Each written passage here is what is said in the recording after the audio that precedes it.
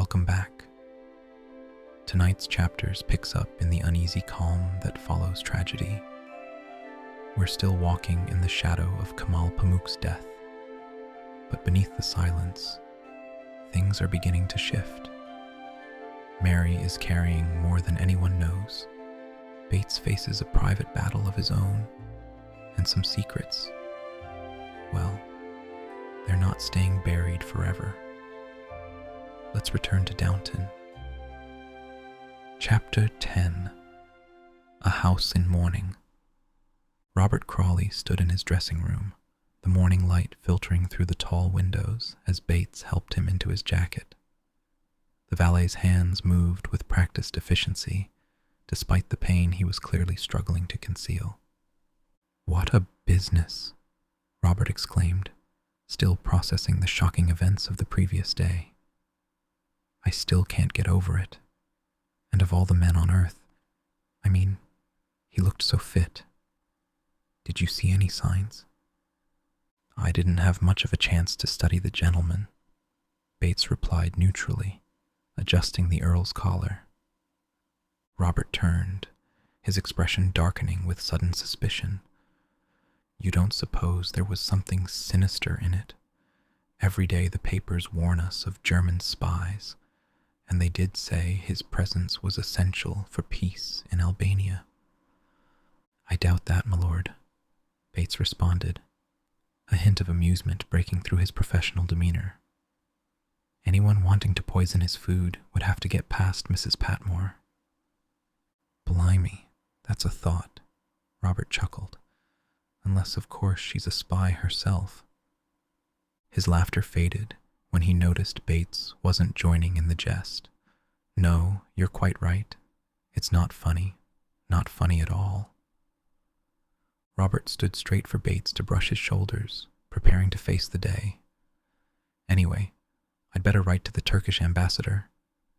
He broke off mid-sentence, finally registering Bates's pallor and the tightness around his eyes. "Bates, I wish you'd tell me what's wrong. You'll be in no trouble. I only want to help." "I know that, your lordship, and I'm grateful. Truly," Bates assured him. "But there's nothing I need help with." Robert studied his valet for a moment longer before accepting that further questioning would be fruitless. Some battles, he had learned, were not his to fight. As Robert exited his dressing room, he nearly collided with Mrs. Hughes in the passage. "Good morning, Mrs. Hughes," he greeted her, slightly startled by her presence. "Good morning, my lord," she replied with a curtsy. "I wonder if you—" Robert began, then hesitated, glancing back at his dressing room door. "Never mind." He continued on his way, leaving Mrs. Hughes to approach the door he had just vacated. Inside, she found Bates doubled over in agony, gripping the bedstead for support. "Now, will you kindly explain what in heaven is going on?" she demanded, closing the door firmly behind her. Bates looked up, attempting to straighten, but the pain was too severe. He grimaced, barely suppressing a gasp.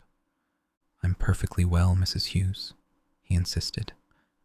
"A bit stiff, that's all." The housekeeper was unmoved by his protestation.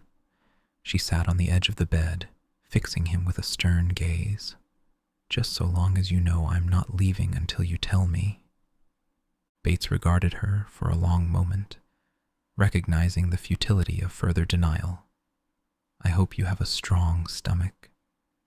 Mrs. Hughes waited expectantly as he slowly pulled up the leg of his trouser. The sight that met her eyes drew an involuntary gasp of horror.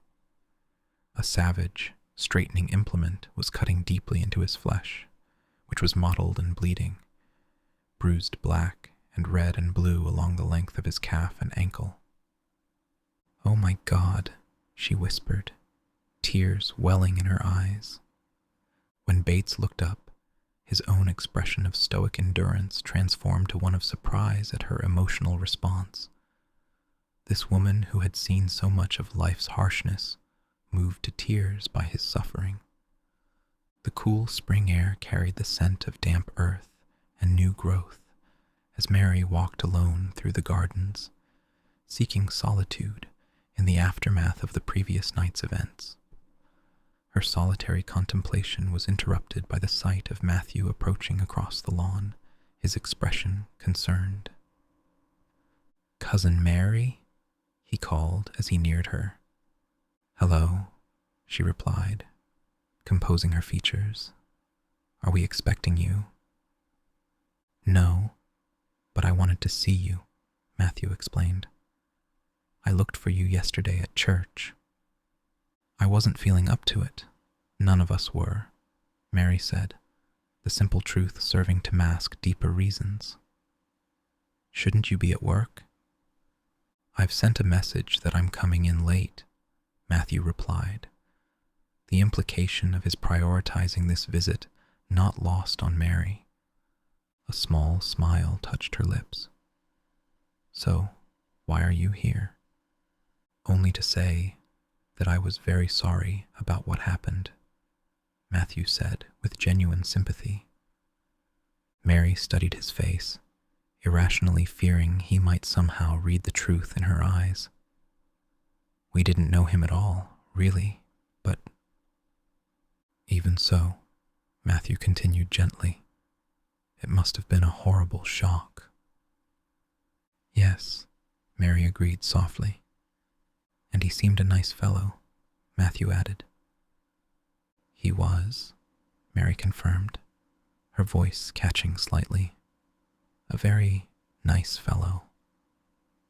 She unconsciously mimicked his phrasing, but there was something in Matthew's manner, an openness, a willingness to understand, that touched her. "So, if there's anything I can do, please ask," he offered. Mary looked at him then, truly looked at him, seeing beyond her preconceptions to the genuine concern he offered without judgment. "There isn't, but thank you." As Matthew took his leave, Mary remained in the garden, watching his retreating figure with new eyes. For the first time, she considered that perhaps her rush to dismiss him had been premature, that beneath his middle-class manners and professional ambitions lay a kindness and perception she had not expected to find. At the far edge of the estate, away from prying eyes, Mrs. Hughes and Bates stood solemnly beside the lake. The water stretched before them, dark and still under the afternoon sky, offering a fitting grave for the instrument of Bates's self-inflicted torture. "Well, here goes," Bates said, holding the brace that had caused him such agony.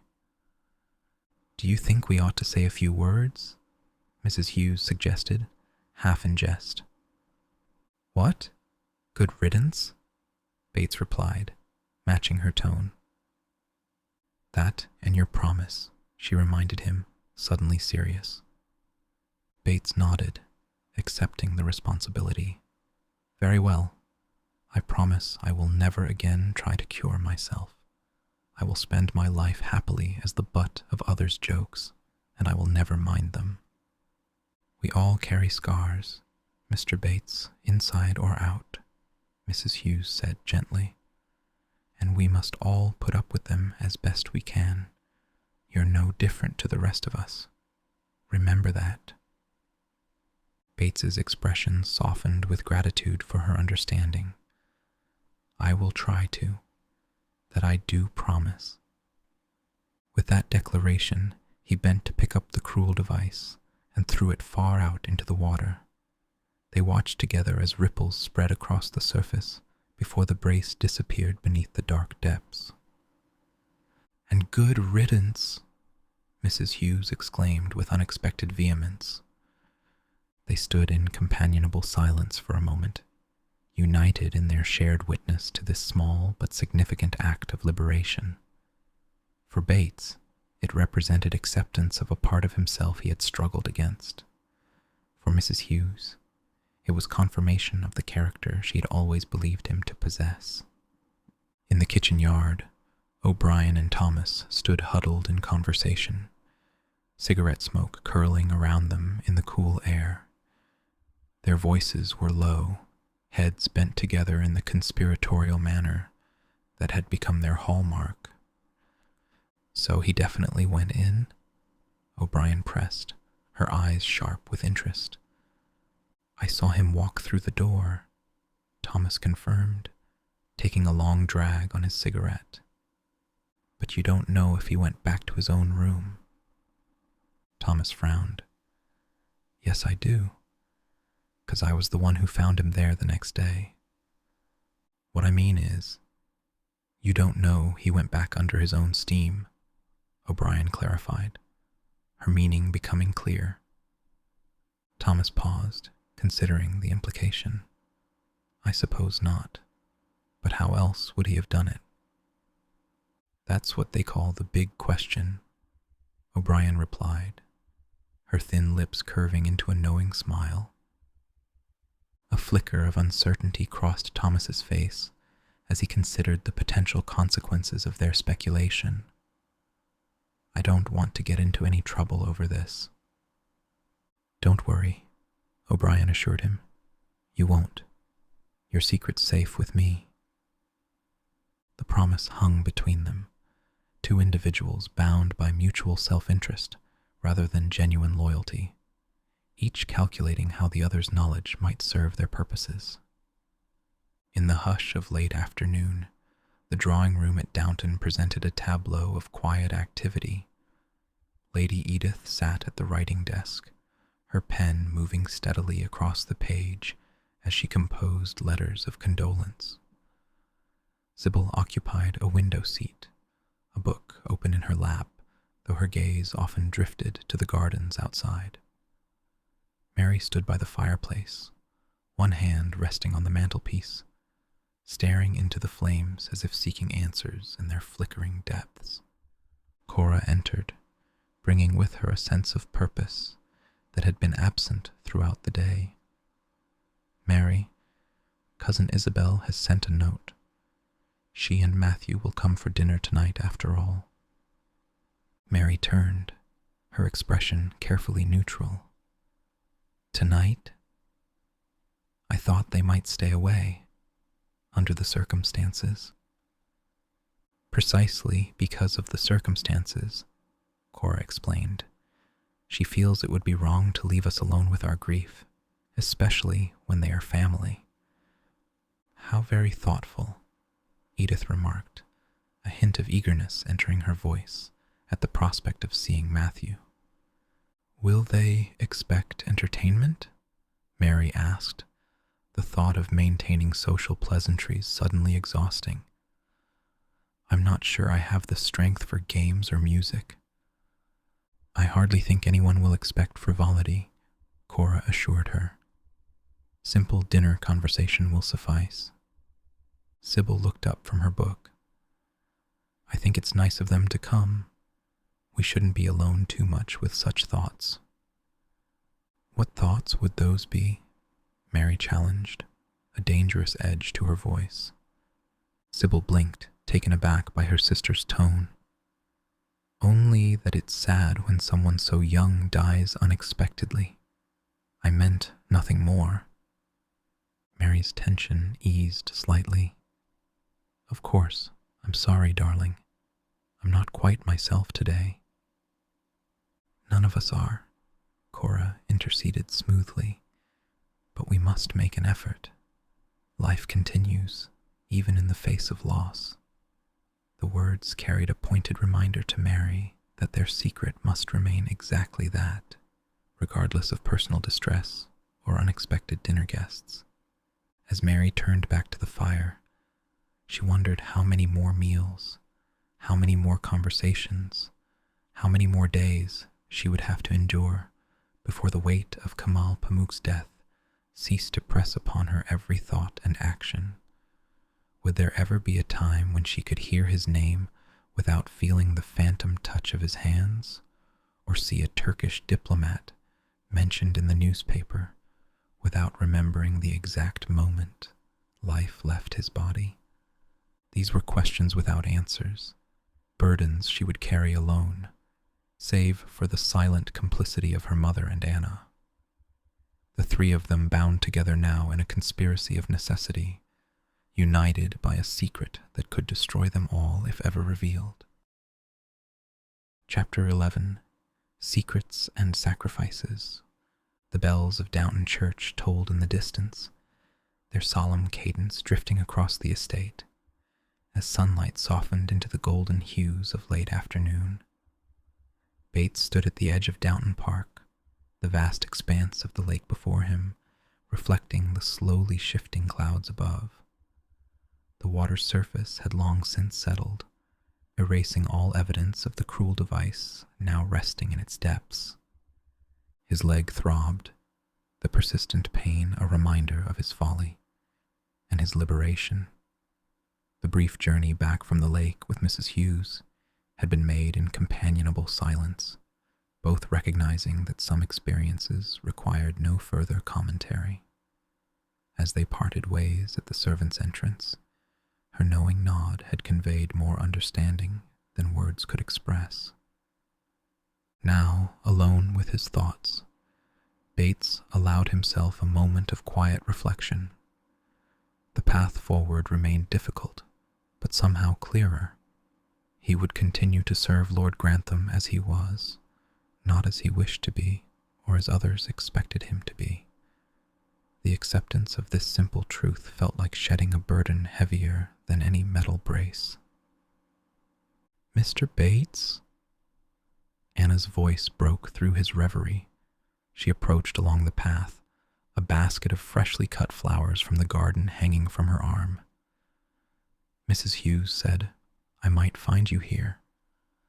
"Just taking a moment before dressing his lordship for dinner," Bates explained, noting the concern in her eyes.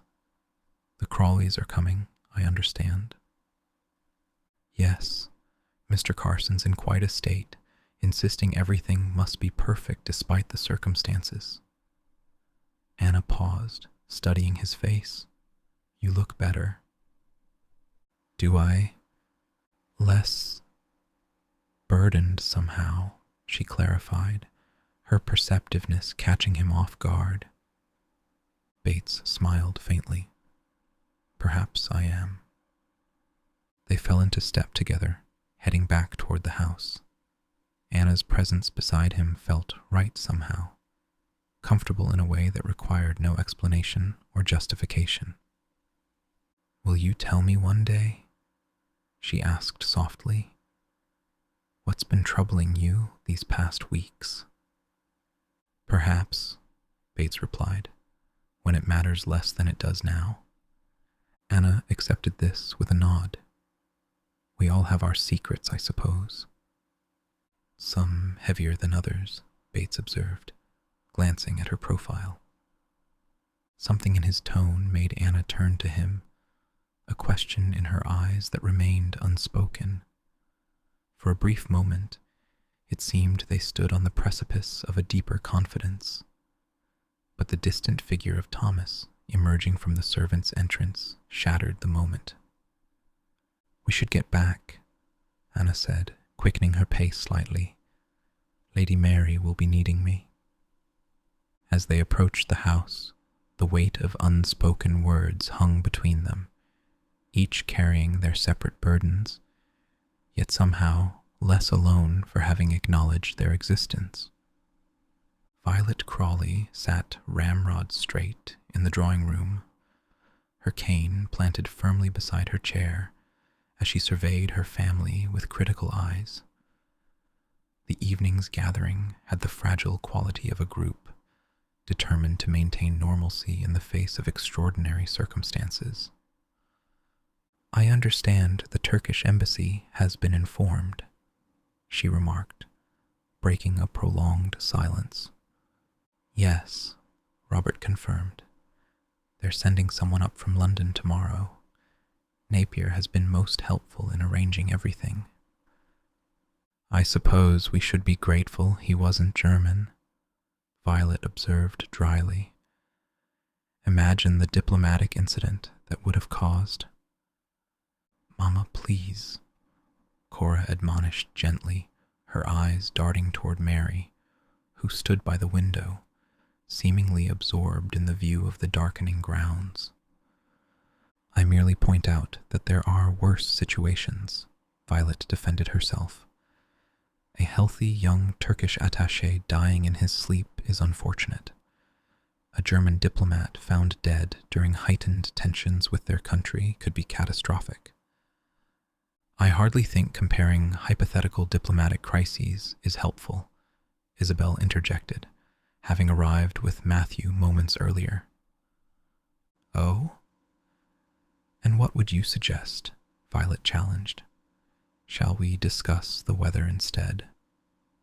Or perhaps the latest advancements in hospital administration? I only meant, Isabel began.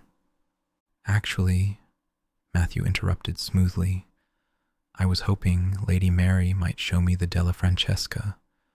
I've read about it, but never had the chance to properly examine it. All eyes turned to Mary, who seemed to stir from her private thoughts. The Della Francesca, she repeated, a momentary confusion crossing her features before understanding dawned. Of course, it's in the morning room. I'd be most grateful, Matthew said, offering his arm with a gentle smile that suggested understanding beyond his words. As they left the drawing room, Cora shot a grateful glance toward Matthew. His timely intervention had not only diverted a brewing argument between Violet and Isabel, but also provided Mary with a graceful exit from a conversation growing increasingly difficult for her to endure. In the corridor, Mary released Matthew's arm as soon as they were out of sight of the others. That was unnecessary, though I appreciate the rescue. It wasn't entirely selfless, Matthew admitted. I really would like to see the painting, and I thought perhaps you might appreciate a moment's respite from... He gestured vaguely back toward the drawing room. From Granny's particular brand of comfort? Mary finished for him, a ghost of her usual sardonic humor surfacing. Something like that, Matthew agreed with a smile. They walked in companionable silence to the morning room, where the Della Francesca hung in pride of place on the far wall. Mary hesitated imperceptibly at the threshold, memories of her last encounter in this room flashing unbidden through her mind. Matthew, oblivious to her momentary discomfort, moved toward the painting with genuine appreciation. It really is remarkable. The light, the perspective. You can sense the artist's understanding of mathematics in the composition. Mary forced herself to enter fully, approaching the painting, though keeping a careful distance from Matthew. Papa says the second Earl had an exceptional eye for art. He returned from his grand tour with several significant pieces. You're fortunate to live among such beauty, Matthew observed, though I imagine one might become accustomed to it over time. Does one ever become truly accustomed to beauty? Mary asked, her gaze fixed on the painting but her thoughts elsewhere. Or merely complacent about its presence until it's suddenly gone? The question hung in the air between them, weighted with meaning beyond the immediate context. Matthew turned to study her profile, sensing the deeper currents beneath her words. I think true beauty leaves its mark on us, he replied carefully, even when it passes from our immediate sight. Mary met his eyes then, struck by the unexpected insight in his response. For a brief moment, the distance she had carefully maintained between them seemed to diminish, a bridge forming across differences of background expectation, and circumstance. The moment was interrupted by Carson's appearance at the door. "Dinner is served, my lady, Mr. Crawley." Mary straightened, her customary poise reasserting itself. "Thank you, Carson. We'll join the others directly." As they made their way to the dining room, Mary found herself viewing Matthew with new eyes, no longer simply as the unwelcome heir who threatened her position, but as someone capable of surprising depth and perception. It was an unsettling realization, arriving as it did amid the emotional turmoil left in Kamal Pamuk's wake. Dinner proceeded with the strained politeness of people determined to avoid mentioning the elephant in the room. Conversation meandered through safe topics, local matters, distant acquaintances, innocuous gossip, while the servants moved silently around the table under Carson's watchful eye. Thomas served with particular care, his face a mask of perfect servility that betrayed nothing of his knowledge or suspicions. Each time he approached Mary's chair, she felt a chill of apprehension, wondering what he might know or suspect about the night's events. The meal was drawing to a close when Robert cleared his throat, raising his glass. "I hope you'll all join me in a toast," he began, his expression solemn, "to absent friends and to the hope that Kamal Pamuk's family might find comfort in knowing he was among people who valued his company. However briefly, we were privileged to enjoy it." "To absent friends," the table echoed, raising their glasses. Mary's hand trembled slightly as she lifted her wine, the irony of her father's words not lost on her. How would the Pamuk family feel if they knew the truth of their son's final hours? The thought was almost unbearable. As the ladies prepared to withdraw, leaving the gentlemen to their port, Mary caught a glimpse of Thomas whispering something to O'Brien near the sideboard. The lady's maid's eyes darted briefly in her direction, a calculating look that sent a wave of cold dread through Mary's veins. In the drawing room, Mary found herself unable to focus on the desultory conversation between her mother, grandmother, and cousin Isabel. She excused herself under the pretense of a headache, escaping to the sanctuary of the gallery, where she could be alone with her increasingly troubled thoughts. The house felt different now, its familiar corridors and rooms transformed by recent events into a landscape fraught with potential discovery and ruin. Every servant's glance, every family member's question, every visitor's condolence now carried the threat of unraveling the carefully constructed narrative that protected her reputation, and by extension, her family's. "Lady Mary?" Carson's voice startled her from her reverie. The butler stood at a respectful distance, concern evident in his lined face. "Forgive me for disturbing you, but I wanted to ensure you were quite well." "Just a slight headache, Carson," Mary assured him, summoning a smile that didn't reach her eyes. "Nothing to be concerned about. Perhaps I might bring you some tea, or a powder from Mrs. Hughes," he suggested, his devotion to her well-being evident in every word. "No, thank you," Mary declined gently. "I think I shall simply retire early. Would you make my excuses to the gentlemen when they join the others?" "Of course, my lady," Carson agreed. He hesitated, then added with unusual familiarity, "If I may say so, time has a way of healing even the deepest wounds. What seems insurmountable today will, in time, become merely a memory. Painful, perhaps, but no longer consuming." Mary regarded him with genuine gratitude for his well-meaning comfort, though she knew he could not begin to comprehend the true nature of her distress. Thank you, Carson. I hope you're right. As she ascended the staircase toward her bedroom, Mary reflected on the irony of her situation.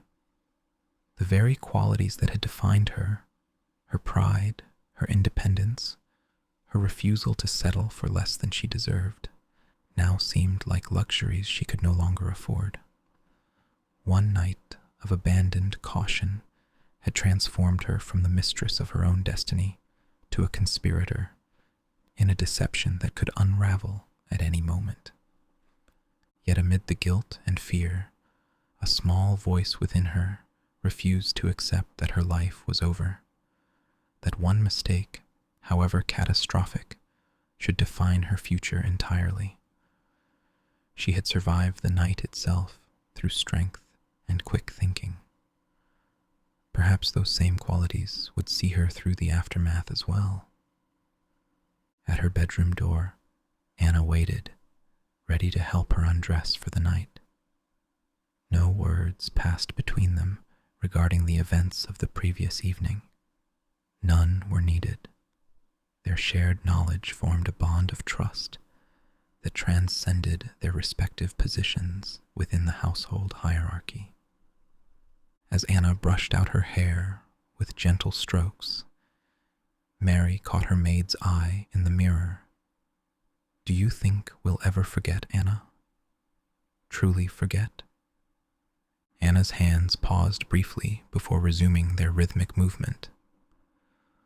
I don't know about forgetting, my lady, but perhaps, with time, remembering won't hurt quite so much. The simple wisdom in her words offered more comfort than all the platitudes Mary had endured throughout the day. She nodded, accepting both the truth and the compassion behind them.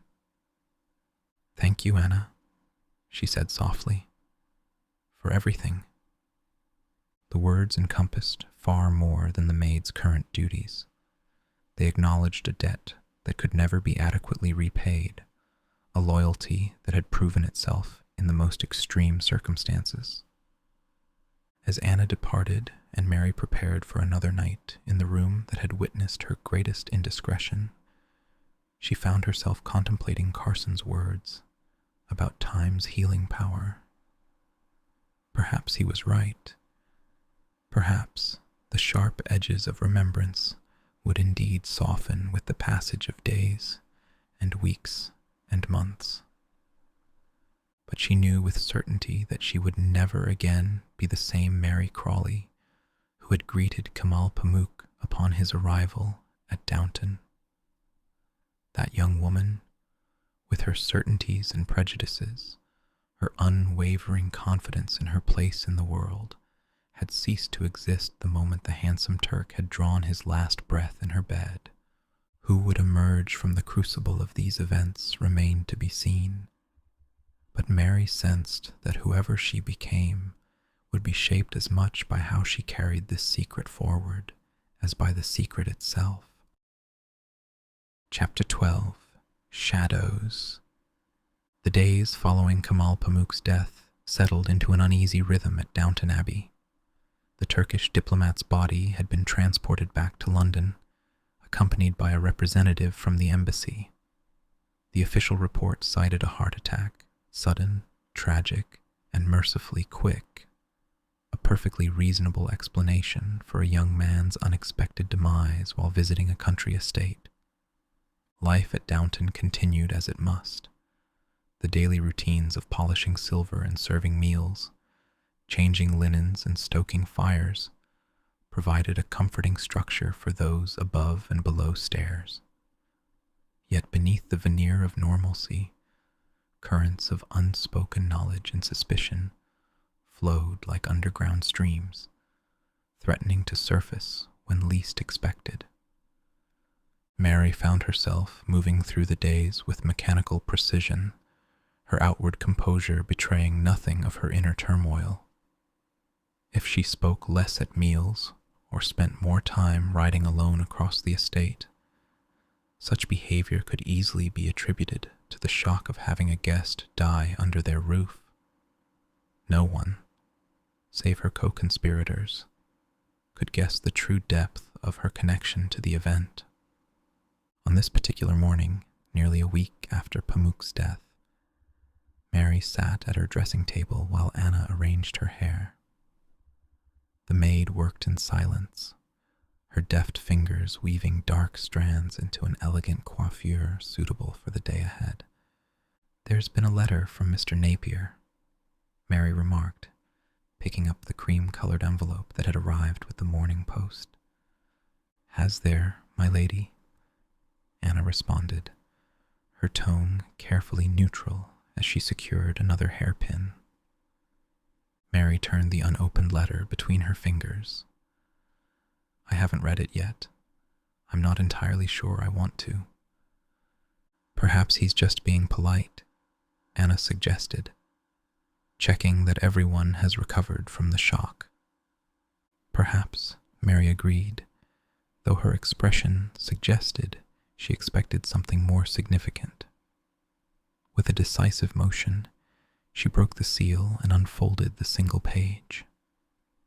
As her eyes scanned the neat handwriting, her face remained impassive, though Anna noticed a slight tightening around her mouth. "Well?" Anna prompted, when Mary refolded the letter without comment.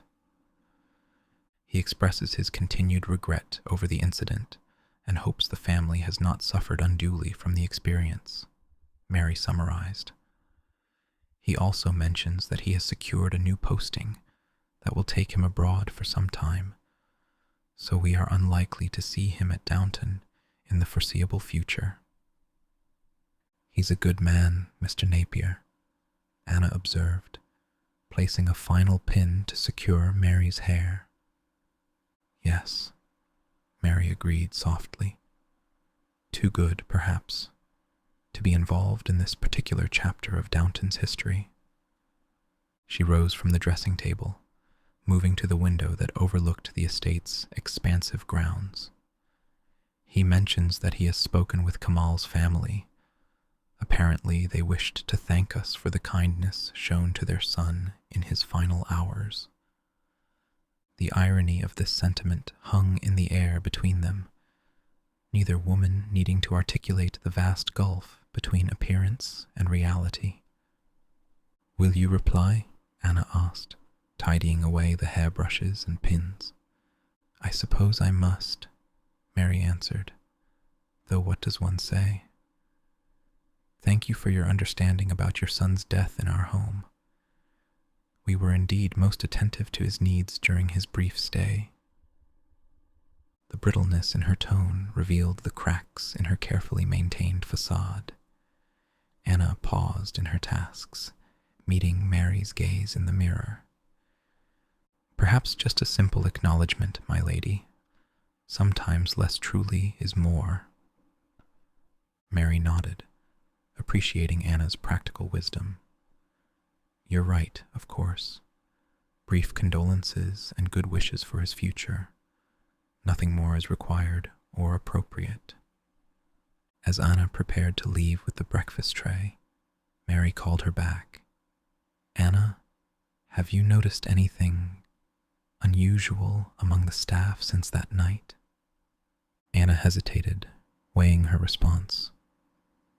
"Thomas and Miss O'Brien seem to have their heads together more than usual, and Daisy's been jumpy as a cat, though that might just be Mrs. Patmore's temper wearing on her." "But nothing specific? No rumors or questions?" Mary pressed. "Not that I've heard, my lady," Anna assured her, "though I couldn't say for certain what's being said when I'm not present." Mary nodded, dismissing Anna with a grateful smile that didn't quite reach her eyes. Alone, she unfolded Napier's letter once more, reading between the carefully composed lines. His decision to accept a foreign posting so soon after the events at Downton seemed too convenient to be coincidental. Had he somehow guessed the truth? Or was he simply removing himself from a situation he found distasteful, regardless of the specifics? Either way, his departure represented one less immediate concern. With Napier gone, and the Turkish officials satisfied with the official explanation. Perhaps the worst had passed. Yet Mary couldn't shake the feeling that the ripples from that fateful night would continue to spread outward, touching lives and altering fates in ways she could not yet foresee. In the servants' hall, Thomas and O'Brien sat at the far end of the table, their heads bent close in quiet conversation. The other servants gave them a wide berth, accustomed to the pair's secretive nature, but sensing something particularly ominous in their current discussions. "You're certain of what you saw?" O'Brien pressed, her voice barely above a whisper. "How many times do I have to tell you?" Thomas replied with exasperation. "He came to me asking for directions to her bedroom. Clear as day, that's what he wanted." "And you showed him?" O'Brien's eyebrows rose incredulously. Thomas's expression darkened. "I didn't have much choice, did I? Not after he caught me." He trailed off, unwilling to articulate exactly what Pamuk had witnessed. "Even so," O'Brien persisted, "to guide him directly to her ladyship's bedroom. I didn't think he'd go and die there, did I?" Thomas hissed, glancing around to ensure they weren't overheard. "Besides, it's not as if Lady Mary didn't welcome him.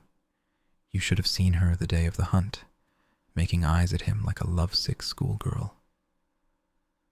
O'Brien's thin lips curved into a calculating smile. "So we have the Turkish diplomat sneaking into Lady Mary's room in the dead of night, and the next morning he's found stone dead in his own bed.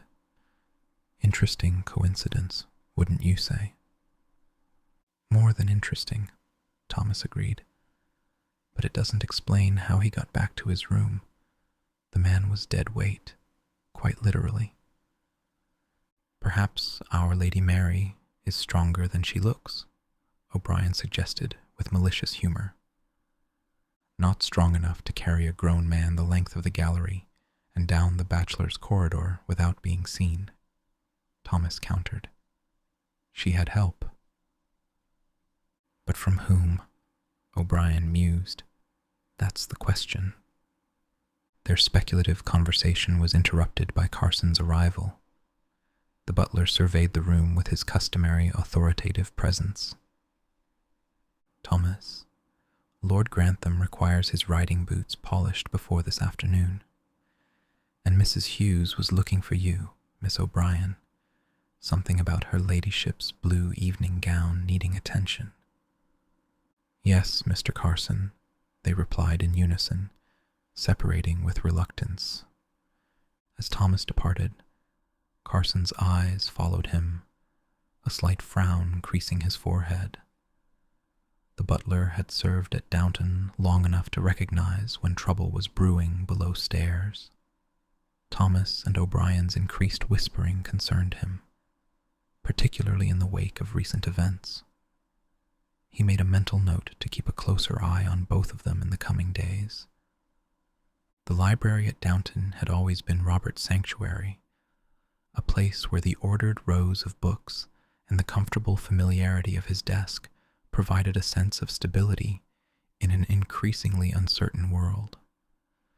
This morning, he sat reviewing correspondence, Pharaoh dozing contentedly at his feet, when Carson entered with the mail tray.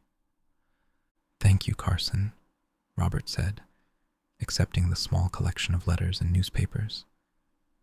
"Any word from Murray about the entail documents?" "Nothing yet, my lord," Carson replied. "But there was a telephone call from Graspy's in Thirsk. They wished to confirm that all arrangements regarding Mr. Pamuk were satisfactory." Robert nodded, his expression somber. "Very considerate of them. Please assure them everything was handled with the utmost propriety." "Very good, my lord," Carson acknowledged, preparing to withdraw.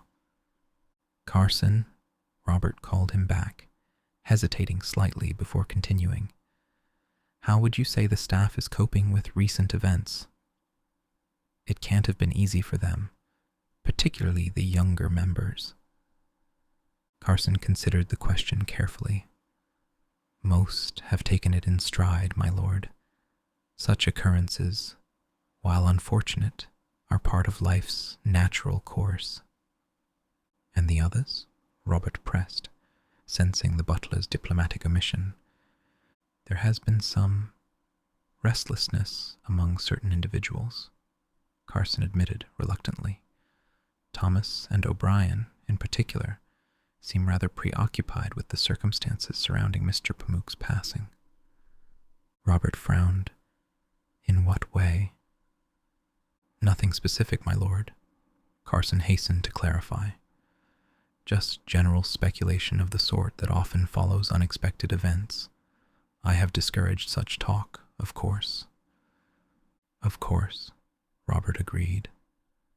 Still, it might be wise to keep an eye on the situation. The last thing we need is servants' gossip reaching beyond these walls. Indeed, my lord, Carson concurred gravely. Rest assured, I shall ensure discretion is maintained at all times. As Carson departed, Robert turned his attention to the morning's newspaper, though his mind remained on the butler's subtle warning. The death of a foreign diplomat in one's home was unfortunate enough without adding the complications of below-stairs speculation. He made a mental note to discuss the matter with Cora later. Perhaps a word from her to O'Brien might help contain any emerging rumors. The garden path crunched beneath Mary's boots as she walked alone through the afternoon sunshine. These solitary strolls had become her refuge in recent days, moments of peace, where she could drop the mask of composure she wore for her family and contemplate the uncertain future that stretched before her. Lady Mary, a voice called from behind her. She turned to find Matthew approaching along the path, his expression brightening as he caught up to her. Cousin Matthew, I didn't know you were visiting today. I had business with Murray in the village and thought I might call in, he explained. Your father mentioned you were walking in the gardens. Did he? Mary replied, a touch of weariness in her voice. How considerate of him to direct you to my solitude. If Matthew was offended by her sharpness, he didn't show it. I can leave you to your thoughts if you prefer. I only thought. He hesitated, uncharacteristically uncertain. You only thought what? Mary prompted. That you might appreciate some company, Matthew finished simply. Even mine. The self-deprecating humor in his tone softened Mary's resistance. I'm sorry. I'm poor company today, I'm afraid. Then we can be poor company together, Matthew suggested, falling into step beside her as she continued along the path. They walked in silence for a time, the gentle breeze stirring the leaves overhead. Mary found herself surprisingly grateful for Matthew's presence, his quiet companionship demanding nothing of her beyond simple acknowledgement. I received a letter from Mr. Napier this morning, she said finally, breaking the comfortable silence. Oh, Matthew responded, careful to keep his tone neutral. He's taken a posting abroad. I doubt we'll see him at Downton again, Mary elaborated, watching Matthew's face for his reaction. I'm sorry to hear that, Matthew replied. He seemed a decent sort. He was, Mary agreed. Is, she corrected herself quickly, though perhaps it's for the best. Some connections are better severed cleanly than allowed to wither slowly. Matthew considered this philosophical observation with characteristic thoughtfulness. I suppose that depends on the nature of the connection. Some bonds strengthen through absence, while others were never meant to endure. And which category would you place Mr. Napier in?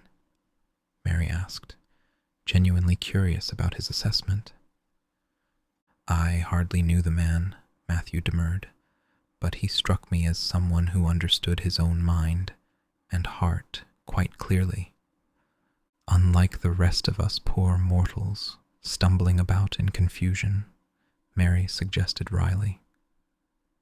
Matthew smiled, acknowledging her point.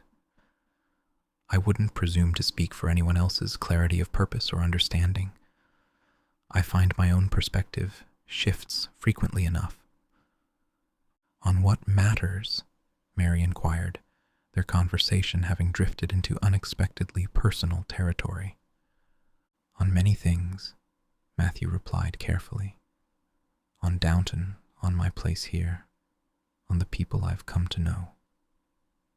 The implication hung between them, unspoken but unmistakable. Mary felt a curious flutter of something that might have been alarm or anticipation. She couldn't quite determine which. We should head back, she said abruptly. Mama will wonder where I've gone. Matthew accepted the change of subject with grace, turning back toward the house alongside her. The easy rapport of their walk had shifted, replaced by a tension neither seemed willing to address directly. As they approached the house, Matthew paused. Lady Mary, I hope you know that if ever you need someone to talk to about anything, I am always at your disposal. The simple sincerity of his offer touched Mary unexpectedly. For a brief moment, she imagined unburdening herself completely, sharing the terrible weight of her secret with this man who looked at her with such unguarded kindness. The temptation was swiftly followed by an almost paralyzing fear at the thought of seeing that kindness transform into judgment, or worse, disgust. Thank you, Cousin Matthew, she replied, her voice steady despite her inner turmoil. But I am quite capable of managing my own affairs. He nodded, accepting her declaration without challenge. Of course, I never doubted it for a moment. As they parted ways at the entrance to the house, Mary found herself considering Matthew Crawley with new eyes. His consistent refusal to be provoked by her defensiveness, his willingness to offer friendship without demand or expectation. These qualities stood in stark contrast to the passionate intensity that had drawn her to Kamal Pamuk. It was a comparison she had never expected to make, and one that left her feeling oddly unsettled. Thanks so much for joining me tonight. I hope this story has brought you a little peace and relaxation. As always, feel free to drift off whenever you're ready. Did I make the most of loving you? So many things we didn't do. Did I give you all my heart could give? To unlived lives with lives to live. When these endless lonely days are through, I'll make the most of loving you. I'll make the most of loving you.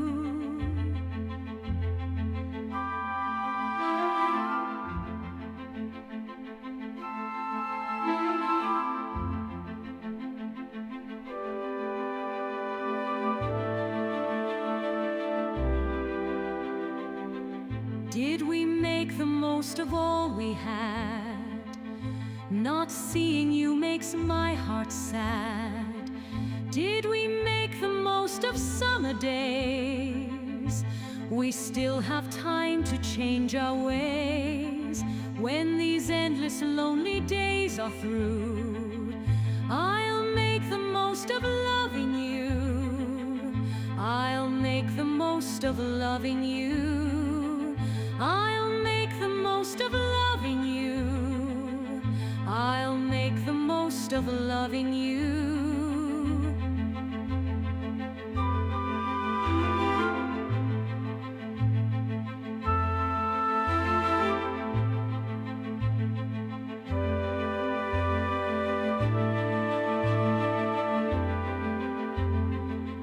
Did those tender words stay in my head?